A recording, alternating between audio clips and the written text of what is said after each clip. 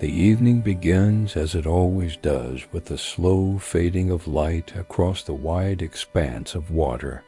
The sun has already touched the horizon, and now it sinks lower, degree by degree, leaving behind it a soft wash of color that spreads across the sky in pale bands of orange and pink and something close to violet.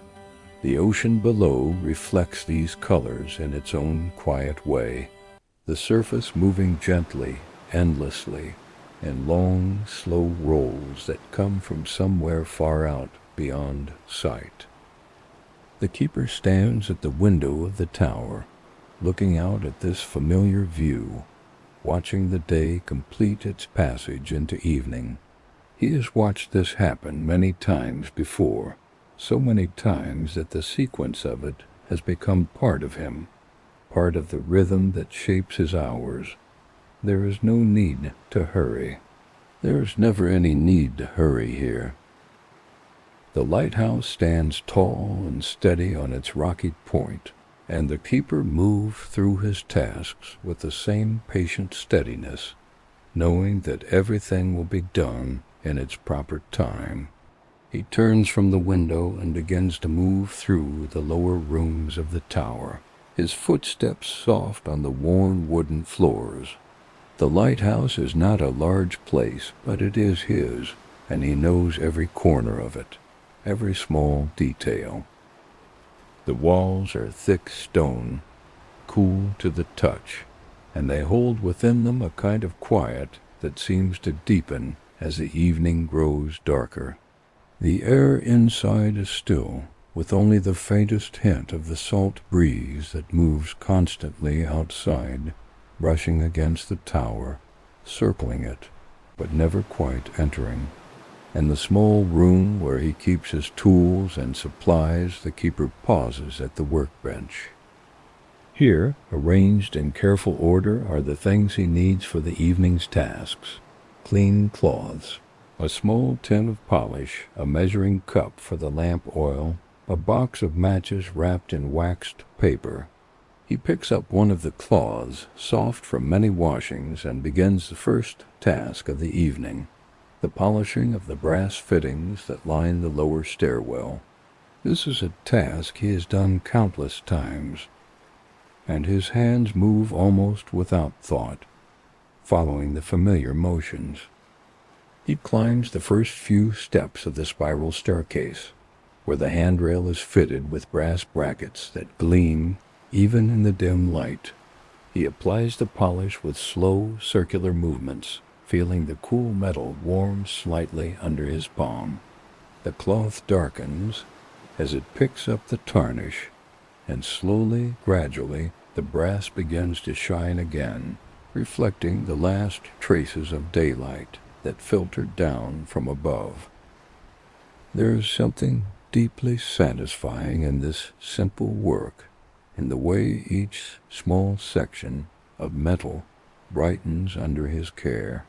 The keeper moves from bracket to bracket, step by step, never rushing, allowing the task to unfold at its own pace. The spiral of the staircase rises above him, winding up through the center of the tower, and he knows he will climb it many times before the night is through. But for now, he is content to be here, polishing the brass, feeling the smooth circular motion of his hand, listening to the quiet settling sounds of the tower around him. When the brackets are polished and gleaming, he moves on to the lamp itself.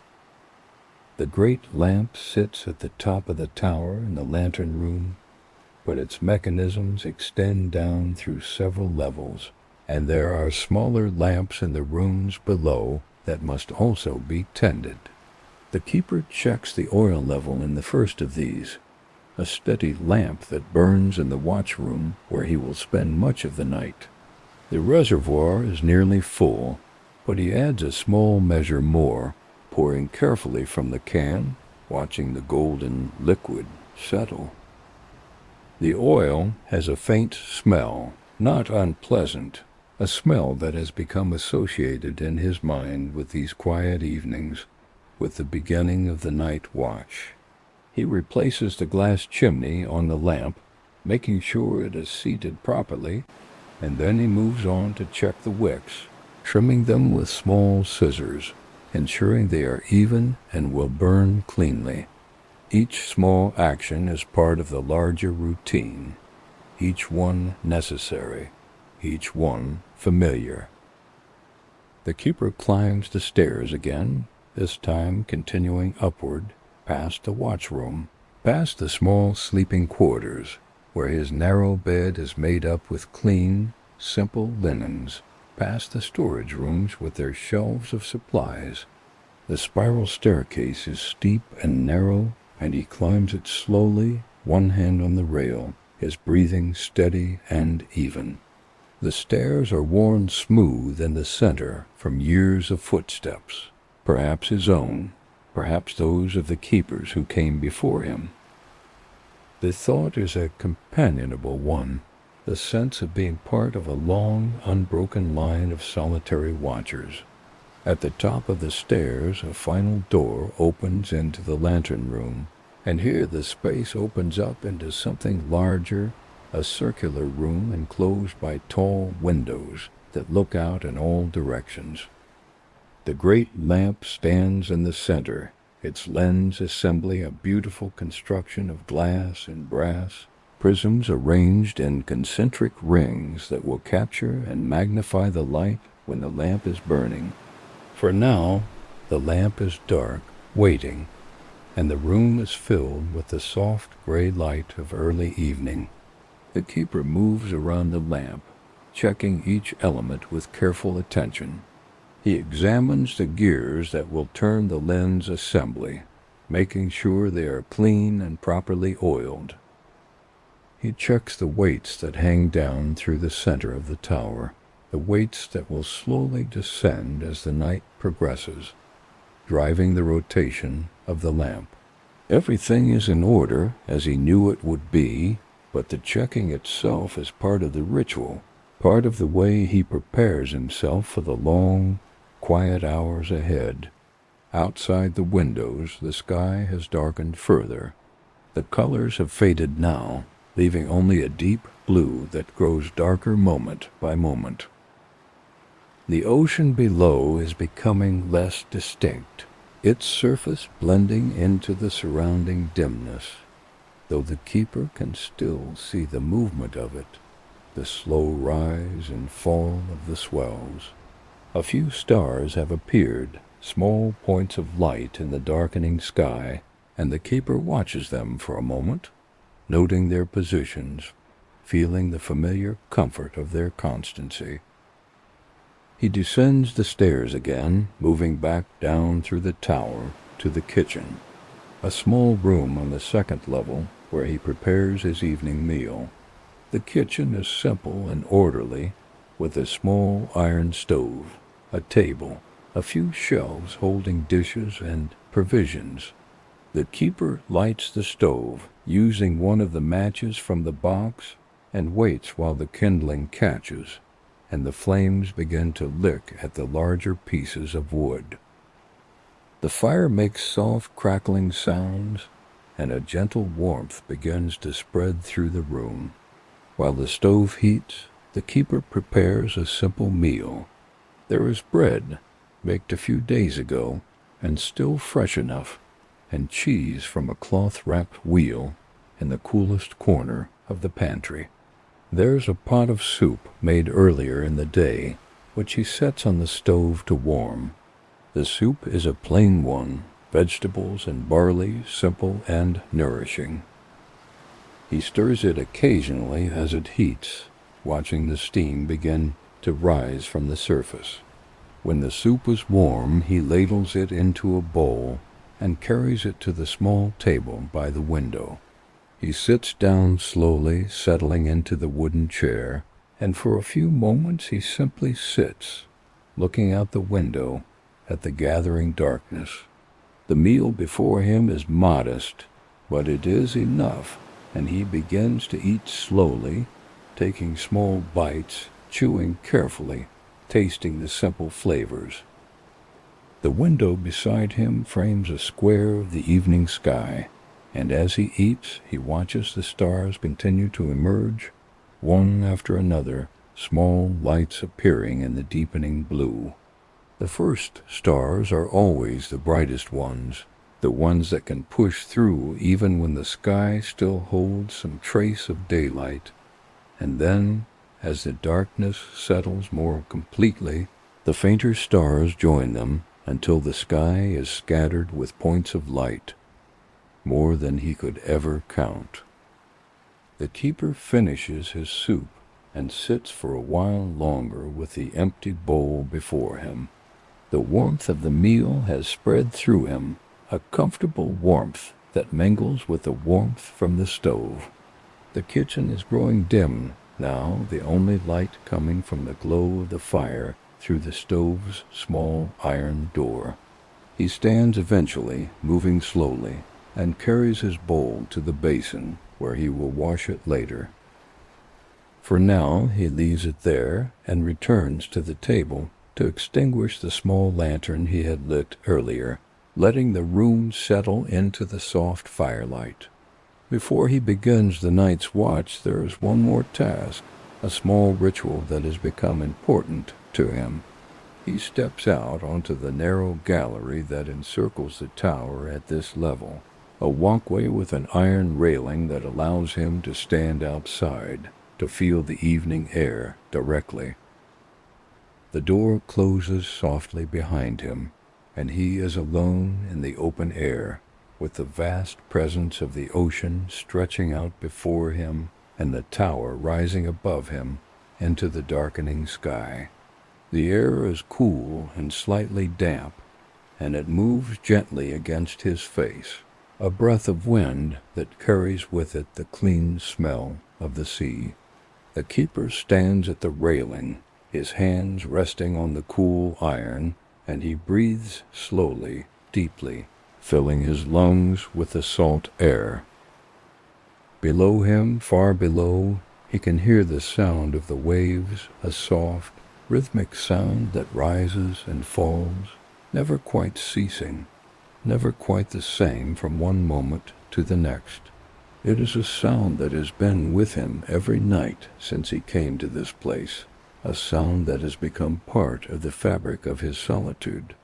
He stands there for a time that is difficult to measure, simply being present, feeling the movement of the air, listening to the waves, watching the stars. The lighthouse behind him is a solid presence, a quiet companion, and he feels a deep sense of belonging here, a sense that this is where he is meant to be, doing this work, keeping this watch. Eventually he turns and goes back inside, closing the door gently, sealing himself once more within the quiet interior of the tower. The kitchen fire has burned down to coals, glowing softly in the dimness, and the keeper leaves it that way, knowing it will keep the room warm for a while longer before fading entirely. He picks up the lamp he will need for the watch room, checking that it has enough oil, and then he begins the climb once more, up the spiral stairs, up toward the lantern room. This time the climb is slower, more measured. The day's tasks are complete, and now the night's work is beginning, the long, quiet vigil that will last until morning. The keeper's breathing is even and unhurried as he climbs, and his footsteps on the stairs are soft, almost silent. The tower around him is settling into its nighttime stillness, the stone walls holding a quiet that seems to deepen with each step he takes. He passes through the watch room, setting down the lamp on the small table there, and continues up to the lantern room. The night outside the windows is fully dark now, the sky a deep black scattered with stars, the ocean below invisible, except where starlight catches on the moving surface. The keeper moves to the great lamp and begins the process of lighting it. a process he has performed so many times that his hands know every step without hesitation. He adjusts the wick, opens the valve to allow the oil to flow, and strikes a match. The small flame springs to life, bright in the darkness, and he touches it carefully to the wick. The wick catches immediately, and a steady flame begins to grow, small at first, then larger as he adjusts the flow of oil. The flame settles into a strong, even burn, and the keeper places the glass chimney over it, watching as the draft draws the flame upward, making it burn brighter and steadier still. Now comes the moment that never fails to affect him, even after all this time. He engages the mechanism that lowers the weights, and slowly, smoothly, the great lens assembly begins to turn. The prisms catch the light from the flame and multiply it, focus it, send it outward through the windows in a powerful beam that sweeps across the darkness. The beam moves in a steady rotation, a circle that takes several seconds to complete, and then it comes around again and again, endlessly repeating. The keeper stands back and watches the beam sweep past, feeling the satisfaction of seeing the lamp properly lit and functioning. This light will travel far out over the water, far beyond the reach of his own sight, and somewhere out there on ships passing in the night, sailors will see it and know their position, know that they are safe, that the rocks and shallows of this coast are marked and known. The thought gives the keeper a quiet sense of purpose, a feeling that his solitude here has meaning, that his presence matters.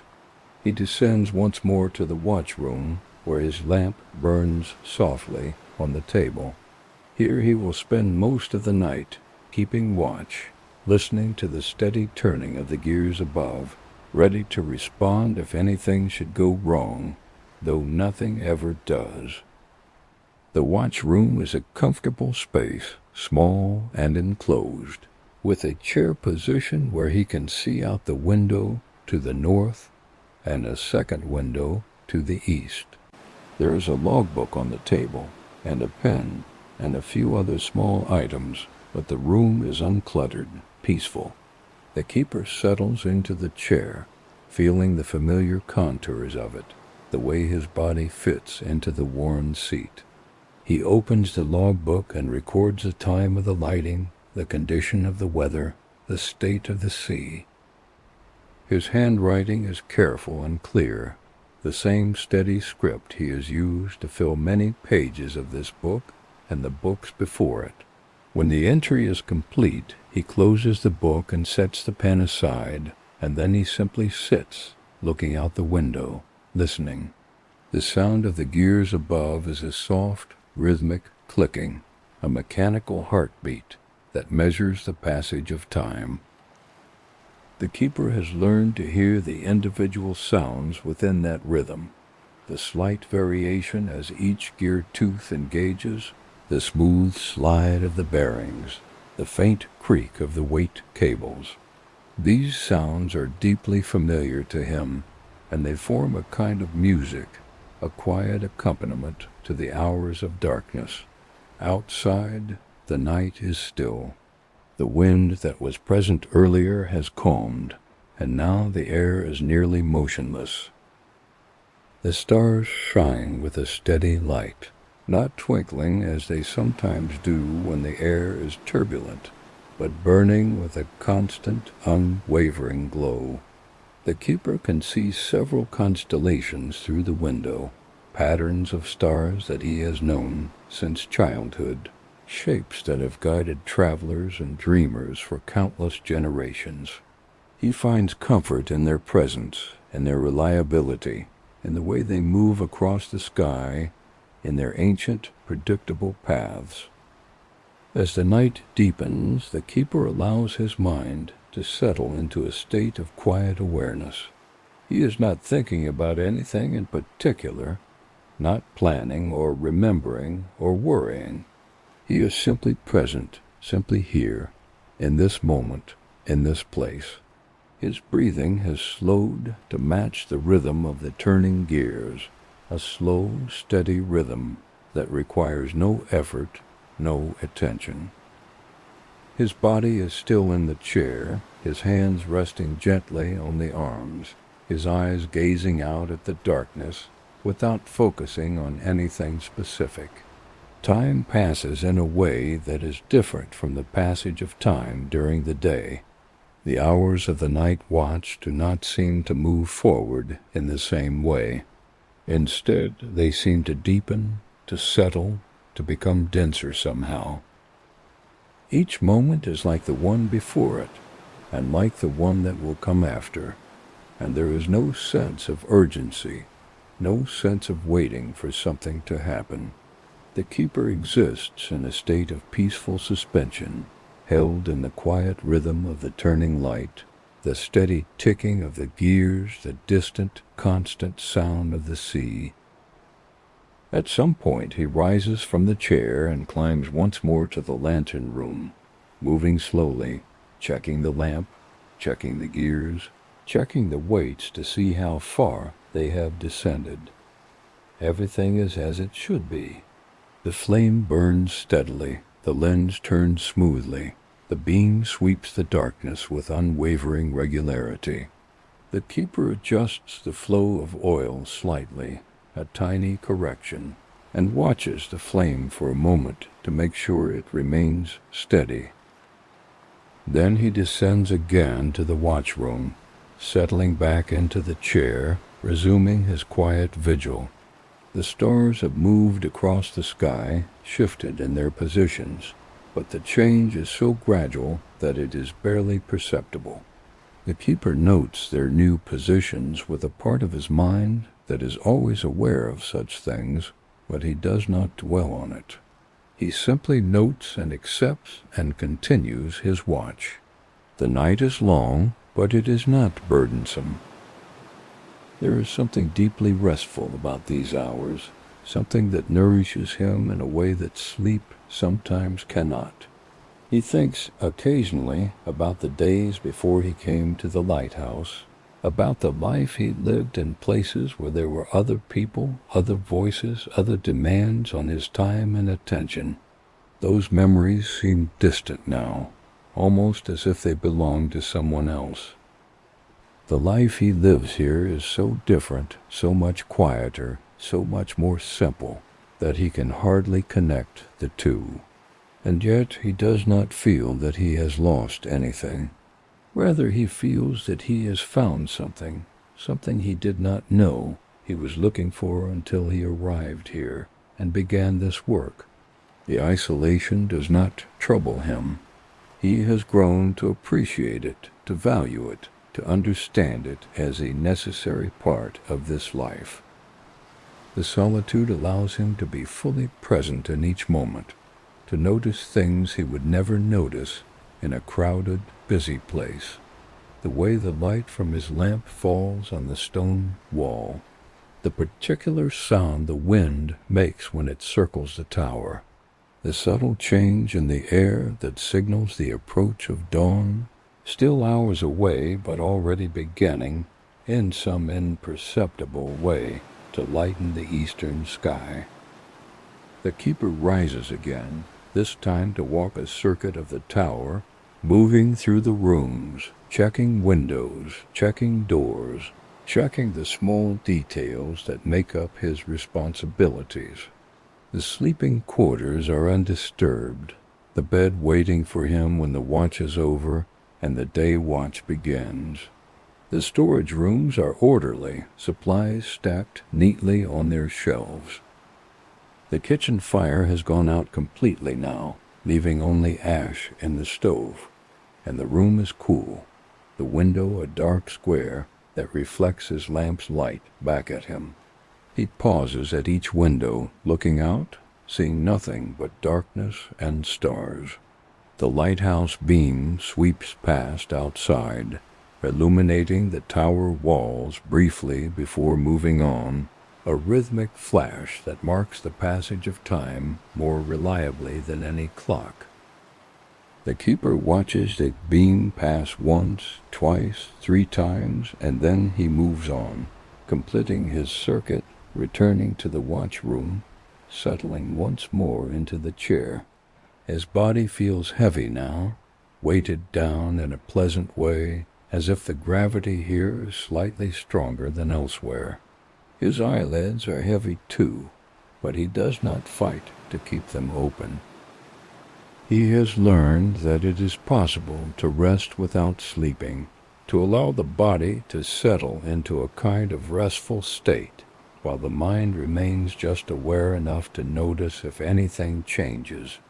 He sits in this state for a time, drifting, not quite asleep, but not quite awake, held in the rhythm of the turning gears, the steady beam, the soft sounds of the night.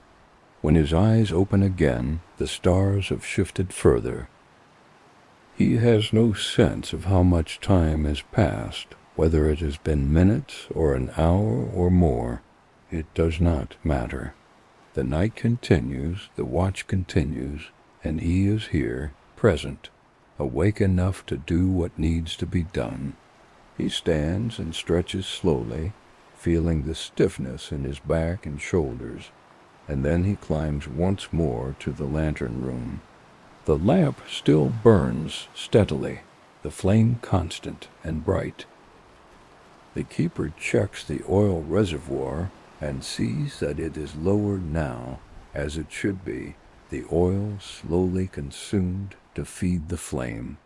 He adds more oil from the reserve can, pouring carefully, watching the level rise.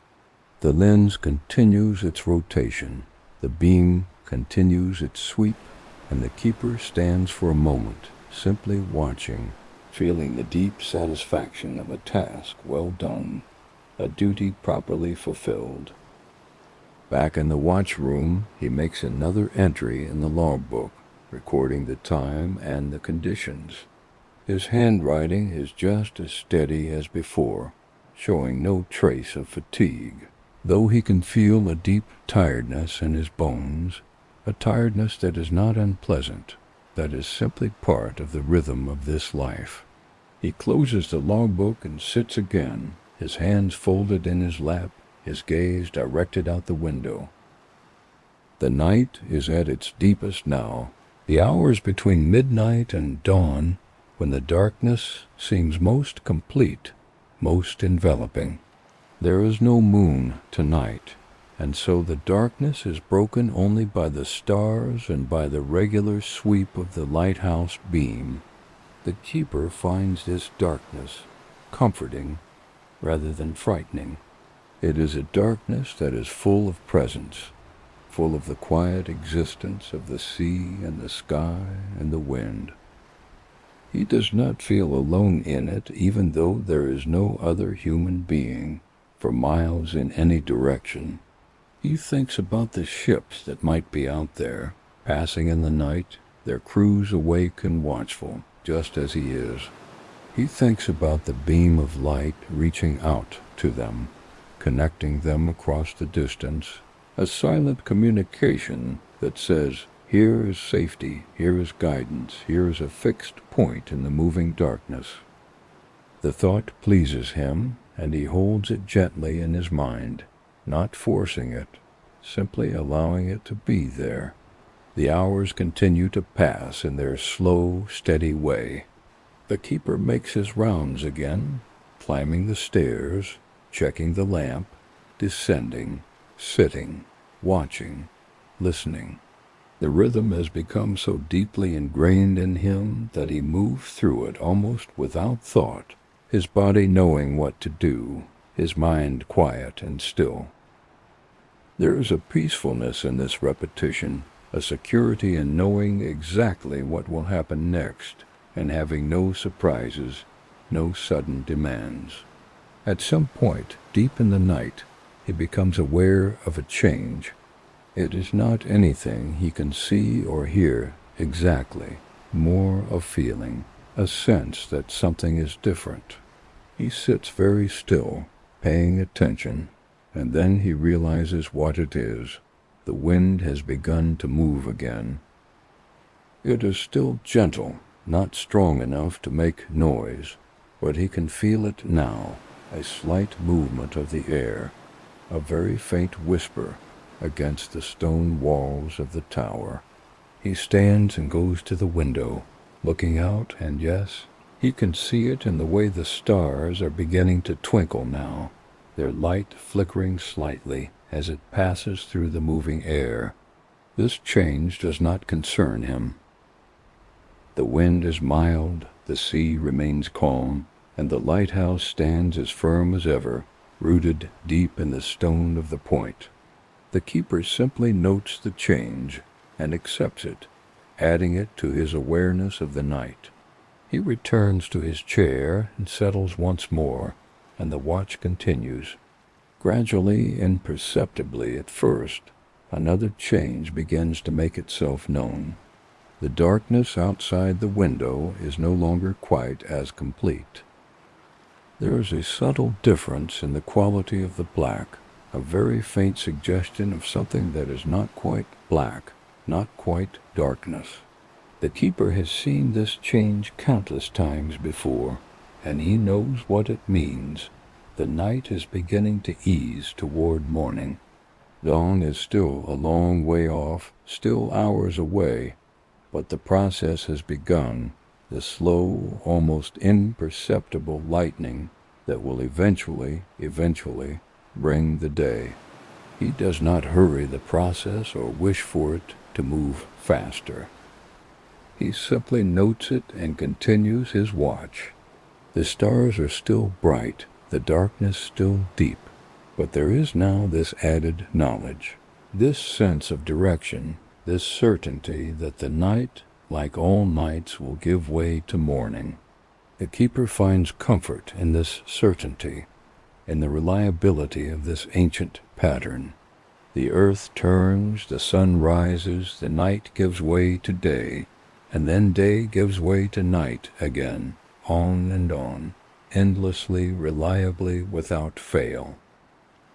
His breathing has become very slow and very deep, each breath lasting several seconds, in and out, matching some deep internal rhythm that has nothing to do with thought or will. His body is completely still in the chair, his hands resting loosely on the arms, his face relaxed, his eyes half closed.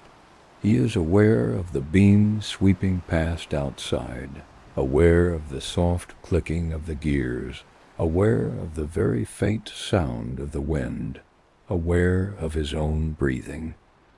All of these things exist together in a kind of peaceful unity, none of them more important than any other, all of them part of the same whole. Time continues to pass. The keeper continues his watch. Nothing happens, and this nothingness is exactly what is supposed to happen. The lighthouse stands. The light turns. The night slowly begins to ease toward dawn. The keeper sits in his chair, watching, listening, breathing, being present. There is nowhere else he needs to be, nothing else he needs to do. This is his place, his task, his purpose, and he fulfills it with a quiet dedication that asks nothing in return except the privilege of continuing, night after night, in this same gentle routine. The stars remain bright in the sky, though perhaps there are slightly fewer visible now, the faintest ones beginning to be lost in the very subtle lightening of the background darkness. The keeper does not count them or try to mark exactly when each one fades. He simply allows the process to unfold, allows the night to move through its phases at its own pace. His role is not to control or to hurry or to change, but simply to be here, to maintain the light, to keep the watch, to hold this space in the darkness so that others far away can find their way safely. He rises one more time and climbs the stairs to the lantern room.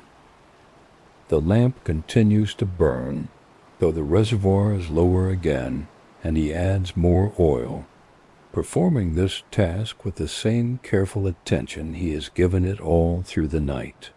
The flame responds to the fresh oil, burning perhaps just slightly brighter, and the beam continues its sweep, strong and steady and reliable. The keeper checks the gears and the weights and finds everything in perfect order, as he knew he would. He stands at one of the tall windows, looking out at the darkness, and he thinks about nothing in particular. His mind is quiet, empty of plans and worries and questions. He simply stands looking, breathing, being. The glass of the window is cool against his palm, and he can feel the faint vibration of the turning mechanism through the floor beneath his feet. These small sensations are enough. They are all he needs. When he descends to the watchroom again, he does so very slowly, one step at a time, his hand trailing along the smooth stone of the wall. The stairs are so familiar to him that he could navigate them in complete darkness. But tonight the small lamp he carries lights his way, casting soft shadows that shift and move with each step. The watchroom receives him back into its quiet enclosure, and he sits once more in the chair, settling into its familiar embrace. The eastern window, he notices, is definitely lighter now. The change is still very subtle, still more a feeling than a visible fact, but it is there. The darkness is beginning to thin, beginning to give way. The keeper watches this slow transformation with patient attention, not willing it to hurry, not wishing for it to slow, simply watching. The stars above the eastern horizon are slightly less bright now, their light competing with something that is not yet light, but is no longer quite darkness either. His eyelids are heavy, and he allows them to close for a moment, then another moment, then longer. He is not sleeping, not exactly, but he is resting in a deep way, his body and mind both settling into a state of profound quiet. The sounds around him continue, the gears clicking softly, the wind whispering against stone, his own slow breathing, and these sounds blend into a kind of harmony that supports his rest, holds him gently in the present moment. When his eyes open again, the change is more pronounced. The eastern sky is definitely lighter now, a pale gray that is spreading upward from the horizon, pushing back the darkness degree by degree. The stars are fading, not disappearing all at once, but slowly becoming less visible, less insistent as the sky brightens around them. The keeper watches this ancient process, this daily miracle, with the same quiet appreciation he has brought to all the hours of this night. He knows that soon he will need to tend the lamp again, and then when the daylight is strong enough, he will extinguish it, ending the night's watch. But for now, in this in-between time, this threshold between darkness and light, he simply sits and watches and breathes. There is no hurry. There is never any hurry. The light will come when it comes, and he will respond to it in the proper way, doing what needs to be done, following the routine that has shaped his life here. The watchroom is growing lighter now, the soft glow of his lamp less necessary as the natural light from the windows begins to fill the space. He can see the details of the room more clearly now, the worn surface of the table, the texture of the stone walls, the logbook with its marbled cover. Everything is exactly as it has been, exactly as it should be, and the keeper feels a deep contentment in this constancy, this reliability. Outside, the ocean is becoming visible again, its vast surface emerging from the darkness as the sky lightens. The keeper can see the movement of the waves now, the slow rise and fall that has continued all through the night, invisible but always present. The water is a dark gray, darker than the sky, and it moves with a ponderous eternal rhythm that speaks of depths and distances beyond imagining. He stands and moves to the window, placing his hands on the sill, looking out at the emerging day. The air outside is still dim, but it is no longer night. The transformation is nearly complete, the darkness giving way to the soft, neutral light of early dawn. Soon the sun will rise, cresting the horizon, bringing color and warmth and the full light of day. But that is still a little while away, and for now the world exists in this quiet, gray state, neither dark nor light, neither night nor day. The keeper climbs the stairs once more, moving through the growing light, and enters the lantern room. The great lamp still burns, its flame bright against the gray dawn, but its work is nearly done. Soon the daylight will be strong enough that the beam will no longer be needed, no longer visible against the brightening sky. The keeper checks the lamp one final time, making sure everything is as it should be, and then he stands at the window, looking out, waiting for the right moment. The sky continues to lighten, gray giving way to a pale, luminous quality that speaks of the approaching sun. The keeper can see the horizon clearly now, a sharp line where the ocean meets the sky, and he watches this line, knowing that soon, very soon, the sun will appear there. His breathing is slow and steady, his body relaxed, his mind quiet. He is ready for the day, but he is also content with this last moment of the night, this threshold time, this pause between one state and another. And then, gradually, almost imperceptibly, the sky begins to show the first hints of color, a very pale pink that spreads along the horizon, touching the bottoms of a few high, thin clouds. The keeper watches this color spread and strengthen, watches as the gray of the dawn begins to warm into something softer, something that suggests the coming warmth of the sun. The moment is approaching, the moment when he will extinguish the lamp and allow the day to take over, when his night's work will be complete and he can rest. He waits, patient, unhurried, watching the sky brighten degree by degree. There is no sudden moment, no clear signal, but rather a gradual sense that the time has come, that the light is strong enough now, that the lamp's work is done. The keeper reaches for the valve and turns it slowly, reducing the flow of oil to the flame.